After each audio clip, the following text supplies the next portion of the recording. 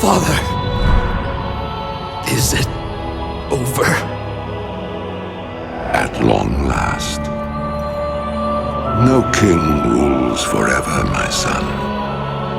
I see. Only darkness before me.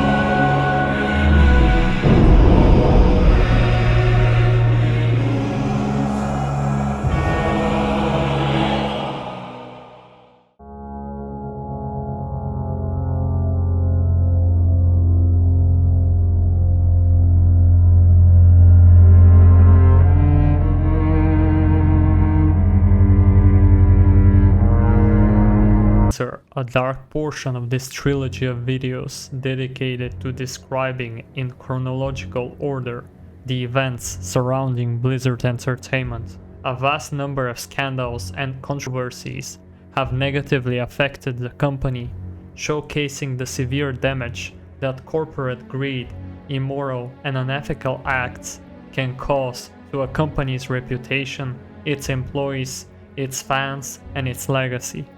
We must shed light on the issue because it is a pitfall that not only Blizzard Entertainment has fallen into, but many human organizations beyond the gaming industry as well. The erosion in morality and human values didn't occur over a day or a week, but over many years, with Blizzard Entertainment resembling an enormous and mighty cruiser slowly sinking into its own manifested oblivion. In 2016, a server called Nostalrius ran World of Warcraft on its original state before the first expansion. Many players wanted to play there with over 800,000 registered accounts. Apparently Blizzard were very wrong about the whole "you think you do, but you don't." Instead of accepting the mistake and learning from it, they decided to send a cease and desist letter to Nostalrius' team. Since the project was run from pure altruism and love for the game, Nostalrius' team decided to shut down the servers. From the research I did on the subject, the letter itself had almost no legal consequences, if any,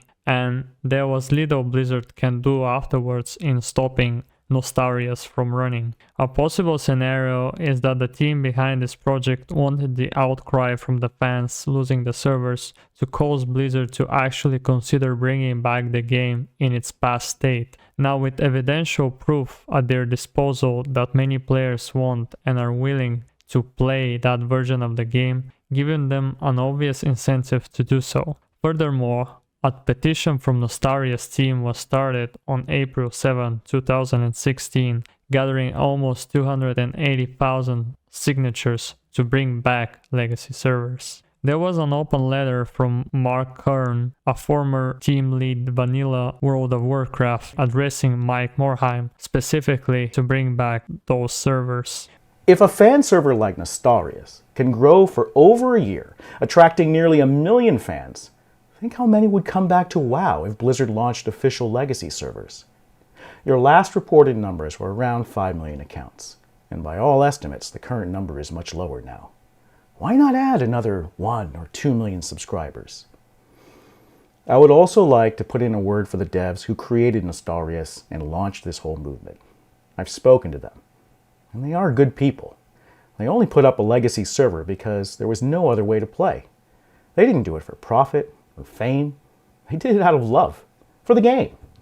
All they want is to enjoy Legacy WoW again, and they would actually prefer it if Blizzard did this officially and would be willing to provide information, tools, and programs to help if needed.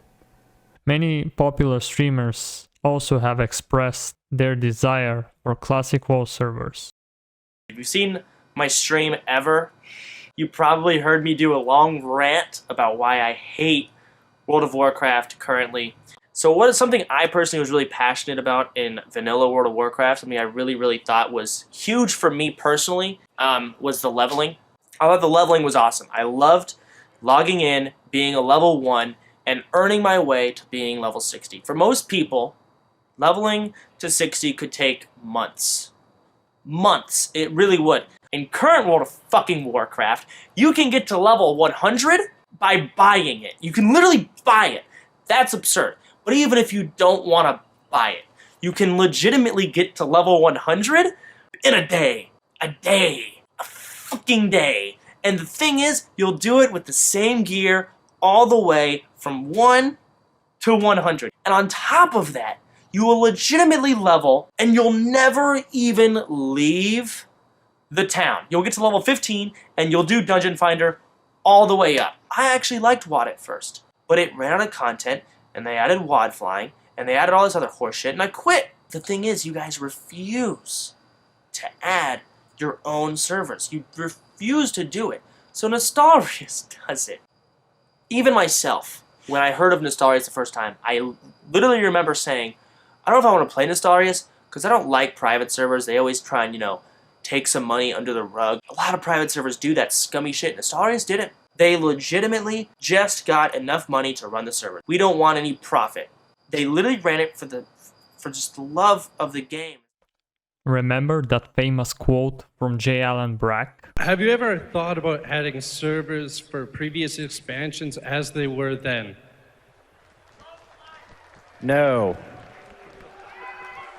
And by the way, you don't want to do that either. You think you do, but you don't. Well, there have been some updates regarding that matter. Fans of World of Warcraft around the world, we hear you. I am pleased and also a little bit nervous to announce the development of a classic server option for World of Warcraft.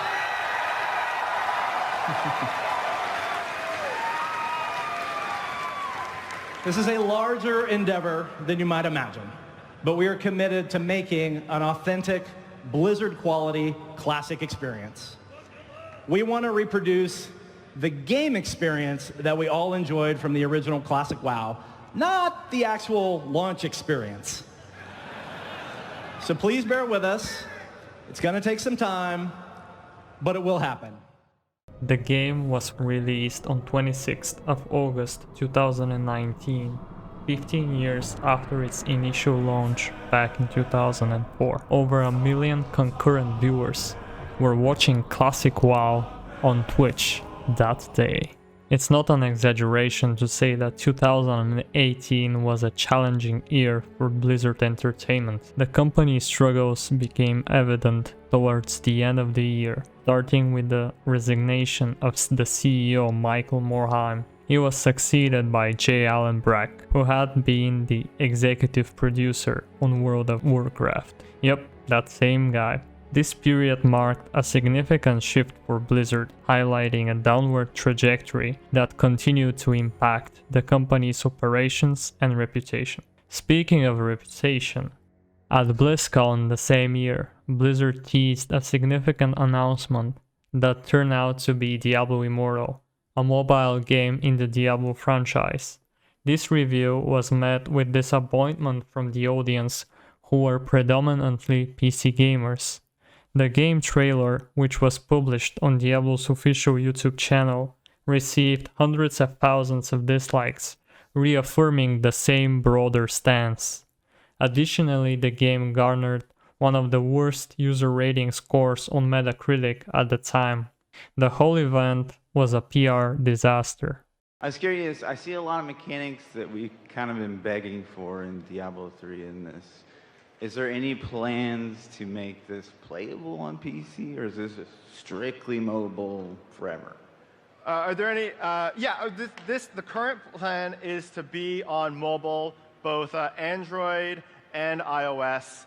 We don't have any plans at the moment to do PC. Do you guys not have phones? Yeah, you guys all have phones, right? You can play on your tablet too. Hey, just was wondering, is this an out-of-season April Fool's joke? No, it's a fully fledged Diablo experience on mobile, which everybody. In October, the stock market made a downward correction, and Activision Blizzard stock took a 50% price cut, a similar hit to that of the GFC we spoke about that might have been one of the main drivers for what came next. In February 2019, Activision Blizzard announced significant layoffs affecting nearly 800 employees, which accounted for approximately 8% of its workforce. The layoffs primarily impacted non-development roles, including the marketing, publishing, and other support-related parts of the business. This decision further strained Blizzard's already damaged relationship with its community and employees, especially following other controversies and negative press in preceding months. The BlizzCon controversy involves Wei Chung, a professional Hearthstone player from Hong Kong, known as BlizzCon, who was penalized by Blizzard for expressing support for the 2019-2020 Hong Kong protests during a live stream interview on October 6th. Wearing a mask similar to those used by protesters, BlizzCon voiced the slogan "Liberate Hong Kong, the revolution of our time," prompting Blizzard to cut the stream and subsequently ban him from Hearthstone tournaments for 1 year, forfeit his prize money, and terminate contracts with the two casters conducting the interview. The public's response was swift and polarized, with significant backlash against Blizzard, including accusations of the company prioritizing its business interests in China over free speech rights.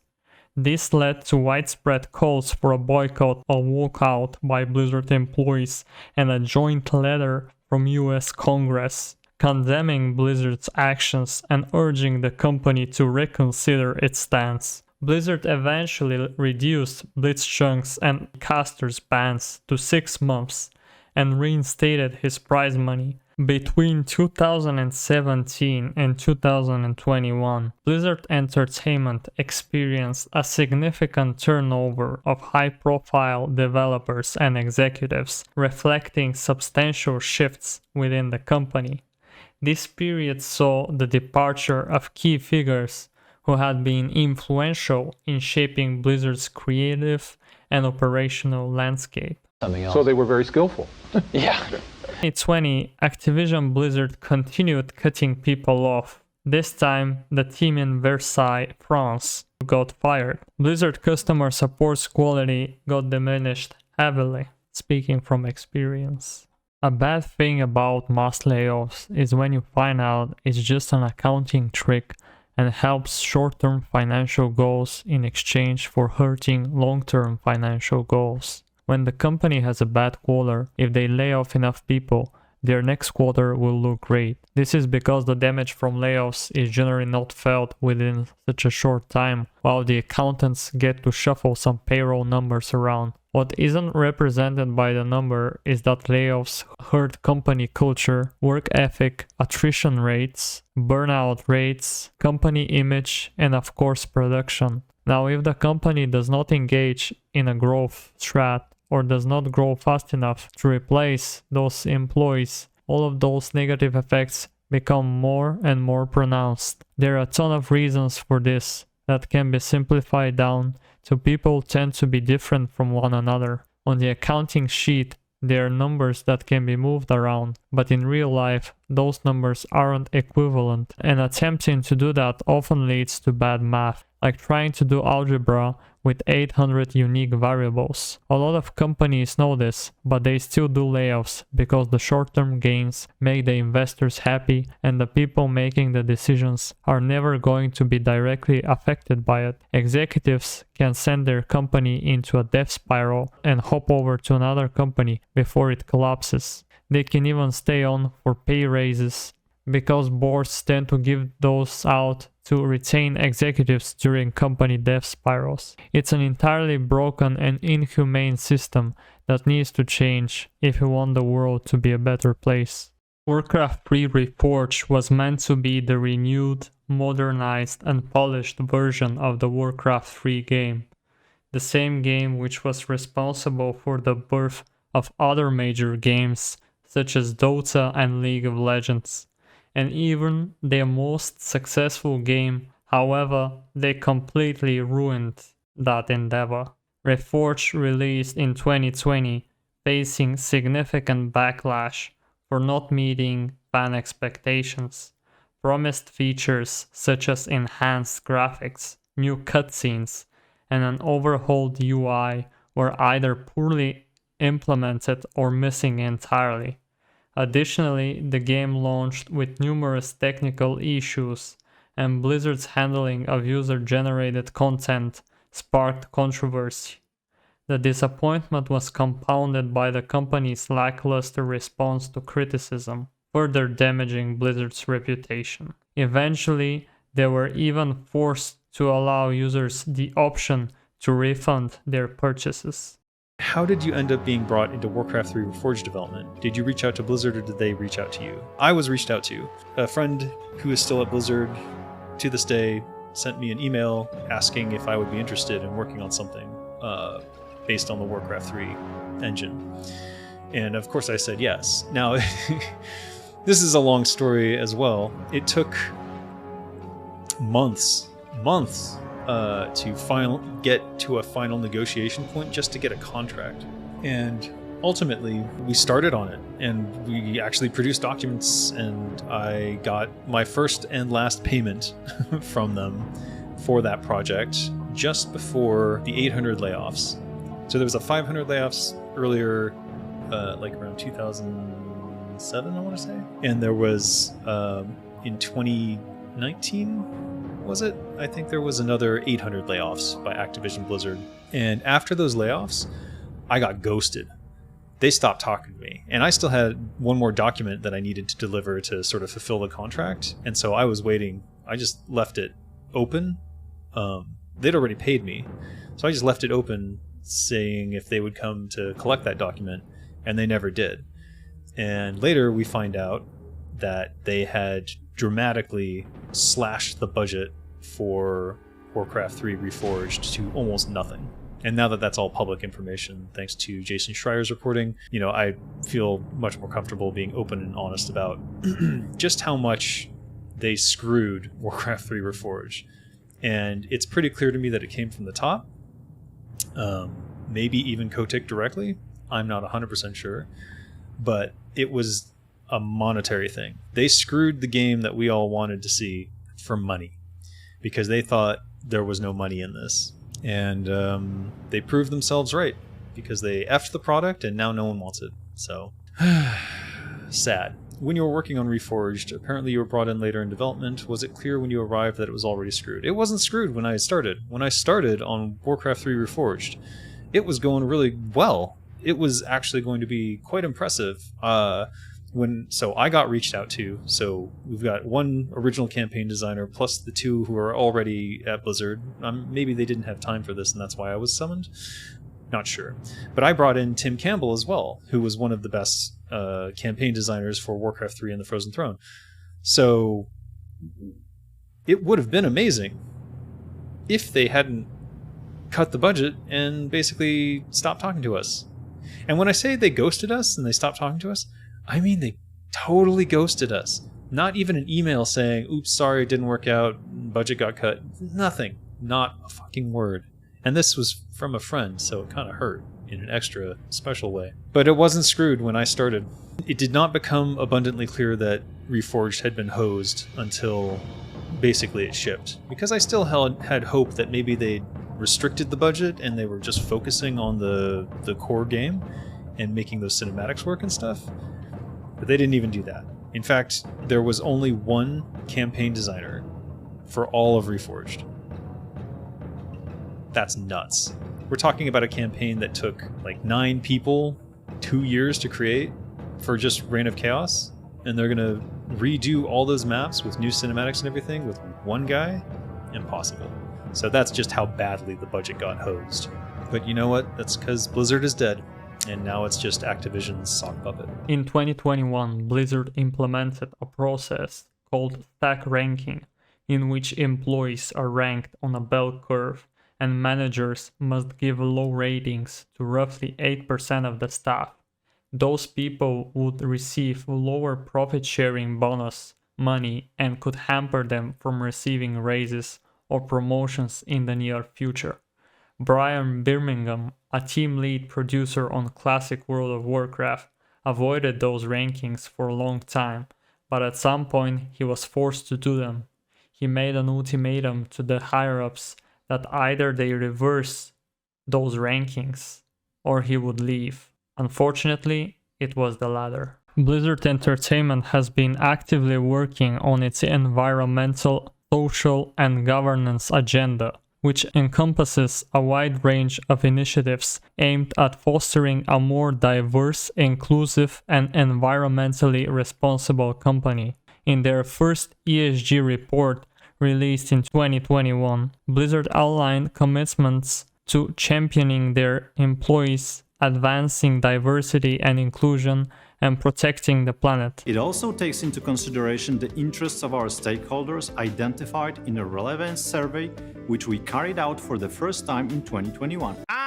Now we're getting somewhere closer to the truth. And would it surprise you, dear viewer, if I was to tell you that Vanguard was one of the stakeholders in CD Projekt Red? We all know about Vanguard and BlackRock and alike, and they have a very specific idea about how they want you to think. You now make a point of that's an investment criteria for you. Well, behaviors are going to have to change, and this is one thing we're asking companies. You have to force behaviors, and at BlackRock we are forcing behaviors. Oh, please carry on, Adolf Fink. You know, what we are doing internally is if you don't achieve these levels of impact, your compensation could be impacted, okay? Compensation such as loans, or maybe your stock price suddenly being tanked. You have to force behaviors.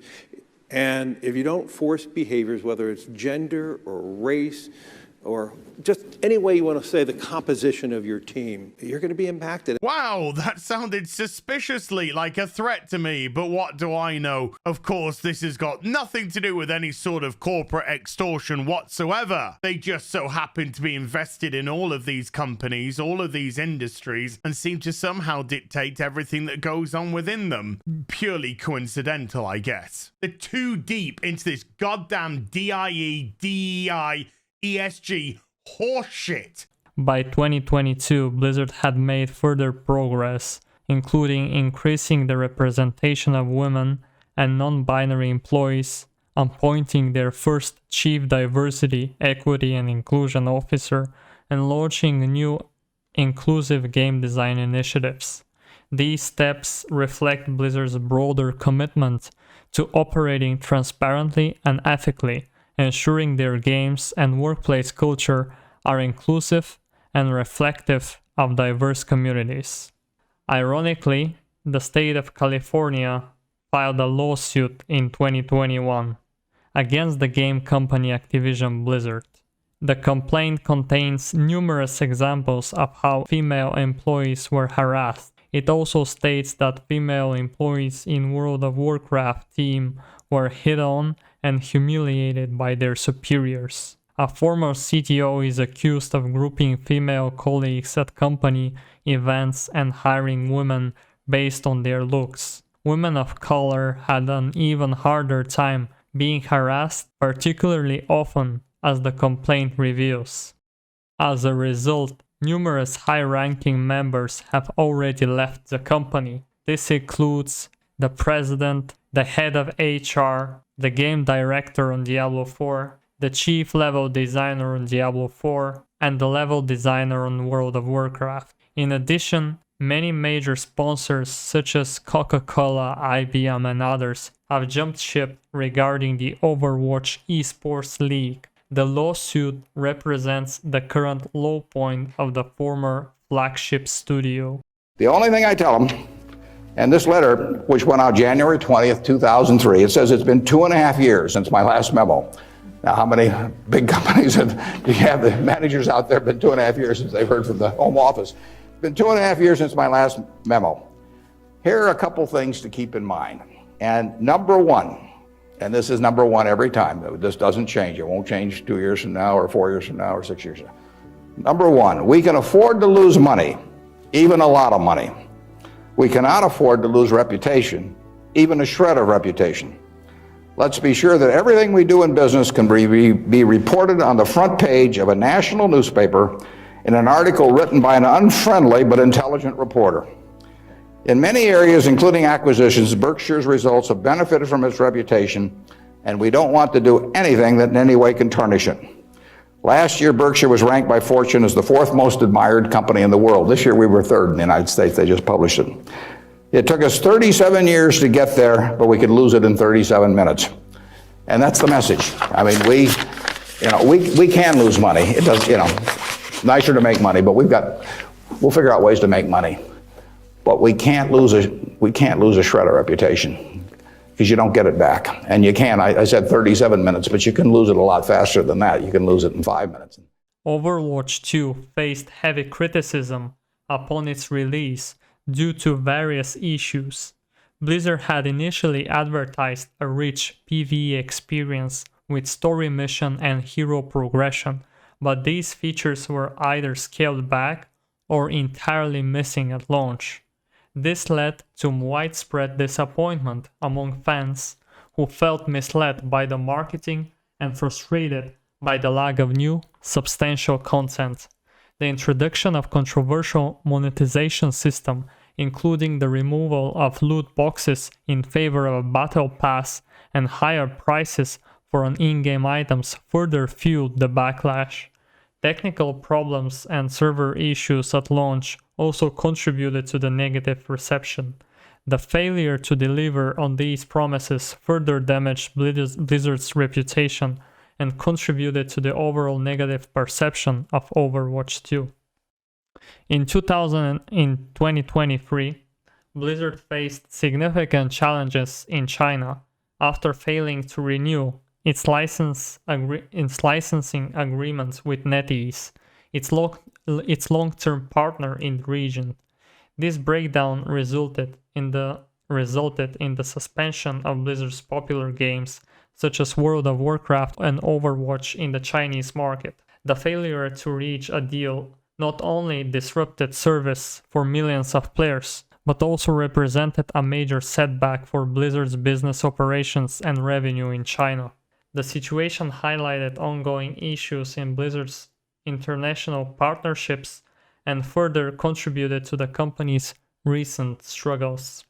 Microsoft acquired Activision Blizzard for roughly $68.7 billion in 2023. The agreement took 20 months of battles with regulators in the UK and US, but Microsoft was successful after defeating the Federal Trade Commission in US federal court and restructuring the deal to appease the Competition and Markets Authority in the UK. For anyone interested in learning more about Blizzard's history, I discovered that a book on the subject is coming out later this year. I'm not affiliated with the author in any way, but I wanted to share this for those who might be interested in diving deeper. I think we'll have to give it to Bobby. He succeeded in making sure his employees are deeply depressed, fearful, lacking fun, doing their job, being pressured, assaulted, underpaid, laid off, demotivated. It's no wonder why Blizzard cannot make another game on the level they used to 20 years ago, and you certainly can't blame the employees. You know, we're led to believe a lot of the time that wanting money is a bad thing, and people blur the lines between wanting to do better for yourself and your family and that type of greed, and the greed of harming or abusing other people, and money is the medium through that. So one, in my mind, is a positive greed, in that you want to do better for yourself and you want to do better for your family. In my mind, there's nothing wrong with that. The other type of greed, obviously, is not good. It's a negative greed, where you're harming other people to become wealthy. And you don't have to do that. You know, if you just understand the function of money, firstly, and respect it, you'll realize that money isn't the root of all evil. It's greed that's the root of all evil in a negative sense when you're harming other people. Sure. Money has a function and there's a positive greed. So again, imagine your life or the world without money in it. Everything that you consume, everything that you experience these days is a function of the monetary system that's built up over hundreds of years. And we've come from the barter economy to be where we are today. Without it, society literally would not function. So understand it and respect it. That's the first thing. And understand the difference between positive and negative greed. Now I hope you're more aware of what happened with Blizzard Entertainment. The good, the bad, and the ugly. To conclude on a good note, Blizzard used to be called the company that never released a bad game. I want to thank all the hardworking people who made those games an outstanding reality, wherever you are at the moment. I want to especially thank the art, cinematic, and music people whose work is no short of phenomenal. Without them, the magic of Blizzard games wouldn't be the same. Blizzard used to have the golden standard in PC gaming, but lost it throughout the years. But what the company didn't lose is the exceptional work of creating the worlds with all the necessary and essential attributes which bring life onto the product. I want to thank all the programmers for the high quality engines they produced in all their games. The unit's reactions in Blizzard games, their response is rapid, fast, and utterly smooth. Very few games can come close to that level of perfection. Addressing devs and our team because your work is what made Blizzard Entertainment's reputation reach its peak, not the corporates who leech off of you later on. Unfortunately, people in charge of making the decisions through the corporate ladder managed to ruin the beautiful achievements in order to profit through your talent and hard work. You managed to enrich the lives of tens of millions of people around the globe. I can only imagine how tough it might have been at times. As in the yin-yang symbol, there is no good without evil and evil without good. It is unfortunate that the evil took over the company so early, as I believe there was much more potential and beautiful worlds that could have been manifested by old Blizzard teams, but it is what it is. As for me, Blizzard Entertainment is an undead, forsaken, used of what's left of it for profit and has been for many years now. I tell myself to be grateful for that it happened, then sad because it's over. And I did this video as someone who used to be a fan in memoriam for all those who once loved this company and the games it published. Thank you.